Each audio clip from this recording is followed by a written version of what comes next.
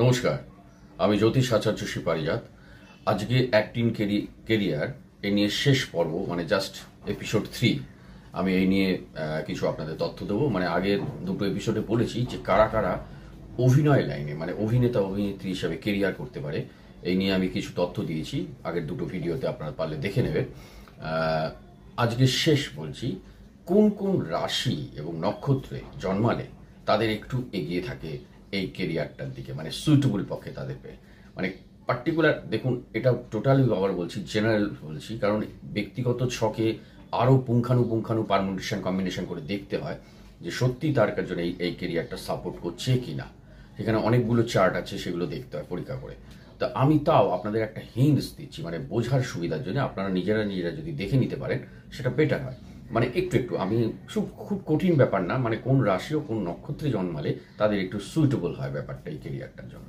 তাই আমি প্রথম মেষ রাশি থেকে শুরু করছি। মেষ রাশি, দেখুন মেষ রাশিতে যারা জন্মেছে, মানে কোন দেখুন 27টা নক্ষত্র আছে। আপনাদের বলে দিই, প্রতিটা রাশিতে 3টে করে নক্ষত্র বিরাজ করে। তাহলে মানে 3টে করে নক্ষত্র থাকলেও মানে 30 ডিগ্রি করে, 30 ডিগ্রি হচ্ছে 3 3 12 60, 360 ডিগ্রির খেলা।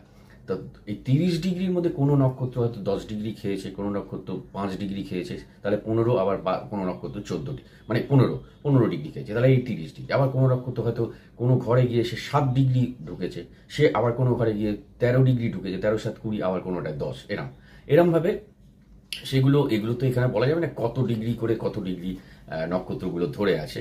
তো এইখানে আমি যেটা বলবো, আমি মেষ রাশির জন্য, মেষ রাশিতে 3টে নক্ষত্র আছে, একটা অশ্বিনী, একটা ভরণী এবং একটা কৃত্তিকা, এই 1 2 3। তো মেষ রাশিতে যারা ভরণী নক্ষত্রে জন্মাচ্ছে এবং কৃত্তিকা নক্ষত্রে জন্মাচ্ছে তাদের জন্য একটু সুইটেবল, এগিয়ে রাখবে।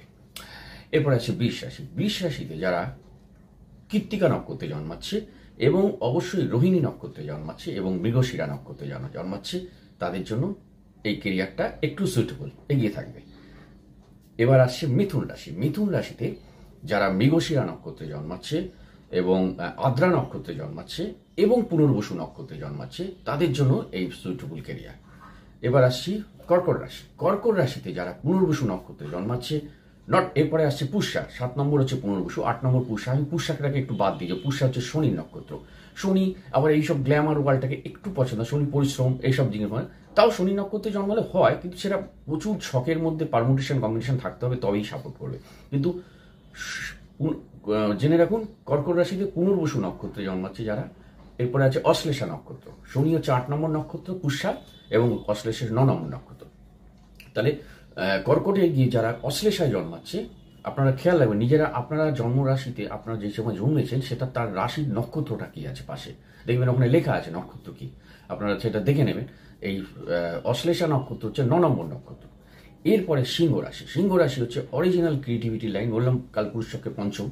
সিংহ রাশিতে যারা আপনার মেঘা নক্ষত্রে জন্মাচ্ছে, 10 নম্বর নক্ষত্র আমি মেঘাটাকে মেঘা কেন বলছি, মেঘা নক্ষত্রে। এরপর আছে পূর্ব ফাল্গুনি, 11 নম্বর।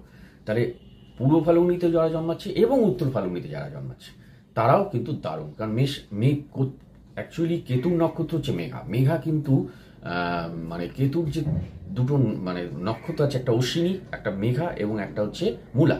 কিন্তু কেতু মূলত ধর্মীয় মানে দিকে, আধ্যাত্মিকতার দিকে নিয়ে যায়। কেতু ডিটাচমেন্ট, কেতু হচ্ছে আধ্যাত্মিকবাদ। কেতু আরো অনেক কিছু আছে, এখানে এখন বলা যাবে না। কিন্তু কেতু আপনার কি হচ্ছে, যে কোনো মেঘা, কিন্তু সিংহ রাশিতে যেহেতু জন্মাচ্ছে, সিংহ রাশি অরিজিনালি ক্রিয়েটিভিটির ঘর, একদম সৃজনশীলতা, 5 নম্বর ঘর। তাই সিংহ রাশিতে যারা মেঘায় জন্মাচ্ছে, পূর্ব ফাল্গুনিতে জন্মাচ্ছে, উত্তর ফাল্গুনি, তাদের জন্য এই কেরিয়ারটা কিন্তু সুইটেবল। এবার আসি কন্যা রাশি। কন্যা রাশিতে যারা উত্তর ফাল্গুনি নক্ষত্রে জন্মাচ্ছে, রবি নক্ষত্র, তারপরে আছে হস্তা নক্ষত্র যারা চন্দ্রের নক্ষত্রে জন্মাচ্ছে, এবং চিত্রা নক্ষত্র, মঙ্গলের নক্ষত্র। তাই হস্তা চিত্রা বেশি বেটার, উত্তর ফাল্গুনি একটু কম। রবিরও দরকার আছে, কারণ রবি হচ্ছে মেন আপনার নাম যশ ফেমটা দেবে। হ্যাঁ, কিন্তু আগের দিনে আমি যেগুলো আপনার বলেছিলাম মনে আছে, যে আপনার জানি না, আগের ভিডিওটা দেখে নেবেন, যে শুক্র, বুধ, চন্দ্র, রাহু, মঙ্গল, এই 5টা হচ্ছে ভাইটাল কেরিয়ারের জন্য। তাই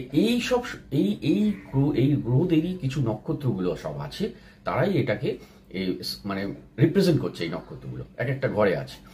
এবার তুলা রাশিতে কি, তুলা রাশিতে কিন্তু যারা চিত্রা নক্ষত্রে, মঙ্গলের নক্ষত্রে জন্মাচ্ছে, স্বাতী নক্ষত্র 15 নম্বর নক্ষত্রের স্বাতী, সেখানে যারা জন্মাচ্ছে তাদের জন্য এগিয়ে। বিশাখায় একটু কম এগিয়ে, বিশাখাও হবে, বিশাখা হচ্ছে বৃহস্পতি নক্ষত্র। এরপরে আছে বৃশ্চিক নক্ষত্র। বৃশ্চিক নক্ষত্রে যারা বিশাখায় জন্মাচ্ছে, বিশাখা তো একটু কম, কিন্তু এরপরে অনুরাধা শনির নক্ষত্র 17 নম্বর। 18 নম্বর হচ্ছে জ্যৈষ্ঠা নক্ষত্র। এই বৃশ্চিকে যারা জ্যৈষ্ঠা নক্ষত্রের জন্য, তাদের জন্য খুব স্পেশাল, দারুণ। যদিও বিশাখাও এখানে ফেলে দেওয়া যাবে না, যদিও ব্যক্তিগত ছক দেখতে হবে তাদের মধ্যে কি আছে। এরপরে আছে ধনুরাশি। ধনুরাশিতে যারা আপনার মূলা নক্ষত্রে যারা জন্মাচ্ছে তাদের জন্য কিন্তু নয়, মানে খুব চান্স কম। মূলা হচ্ছে 19 নম্বর নক্ষত্র, কেতুর নক্ষত্র। এখানে এরা যারা জন্মায় তারা একটু আধ্যাত্মিকবাদ, ধর্মীয় বিশ্বাসী এইসব দিকে তাদের নিয়ে যায়। এই 20 নম্বর হচ্ছে পূর্বসারা নক্ষত্র, শুক্রের নক্ষত্র, এবং 21 নম্বর হচ্ছে উত্তরসারা, রবির নক্ষত্র। তাই ধনুরাশিতে যারা পূর্বসারা এবং উত্তরসারায় জন্মাচ্ছে তাদের জন্য এই অ্যাক্টিং কেরিয়ার, অভিনয় লাইন কেরিয়ারটা দারুণ সুটেবল। এরপরে আসছে মকর রাশি। মকর রাশিতে যারা উত্তরসারায় জন্মাচ্ছে, রবির নক্ষত্র। এরপরে 22 নম্বর নক্ষত্র হচ্ছে শ্রবণা, চন্দ্রের নক্ষত্র, দারুণ সুইটেবল।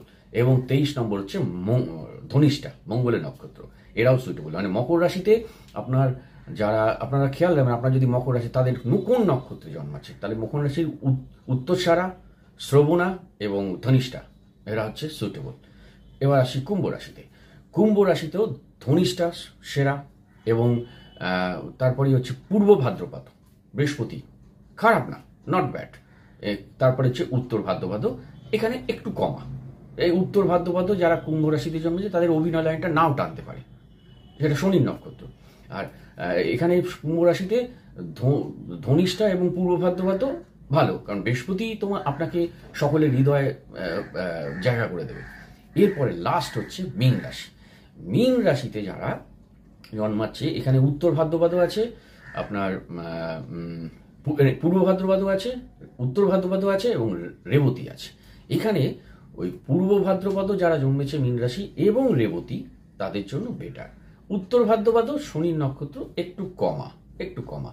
আমি আবার বলছি, ব্যক্তিগত ছকে কিন্তু অনেকটা পারমুটেশন কম্বিনেশন করে অনেক সময় শনির নক্ষত্র জন্ম, তাহলে কি হয় না, পুষ্যা নক্ষত্র, অনেকে কর্কট রাশিতে শনির নক্ষত্রে অনেক সেলিব্রিটি আছে, হ্যাঁ, প্রিয়াঙ্কা চোপড়া, যাই হোক। হ্যাঁ, তো ব্যাপারটা হচ্ছে এখন কোন সেলিব্রিটি আছে এইগুলো বলতে গেলে আবার ভিডিও বিরাট লং হয়ে যাবে।